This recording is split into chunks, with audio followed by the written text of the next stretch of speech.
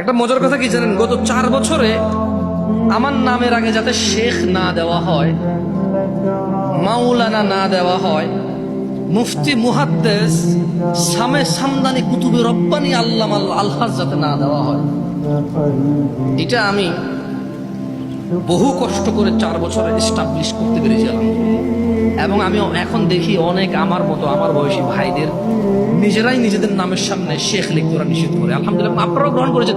আচ্ছা, আপনার কি মনে হয় এখানে শেখ লিখলে আমি আরো বেশি কিছু বলতে পারতাম? না লেখার কারণে কি আমি কম বলতে পারতেছি?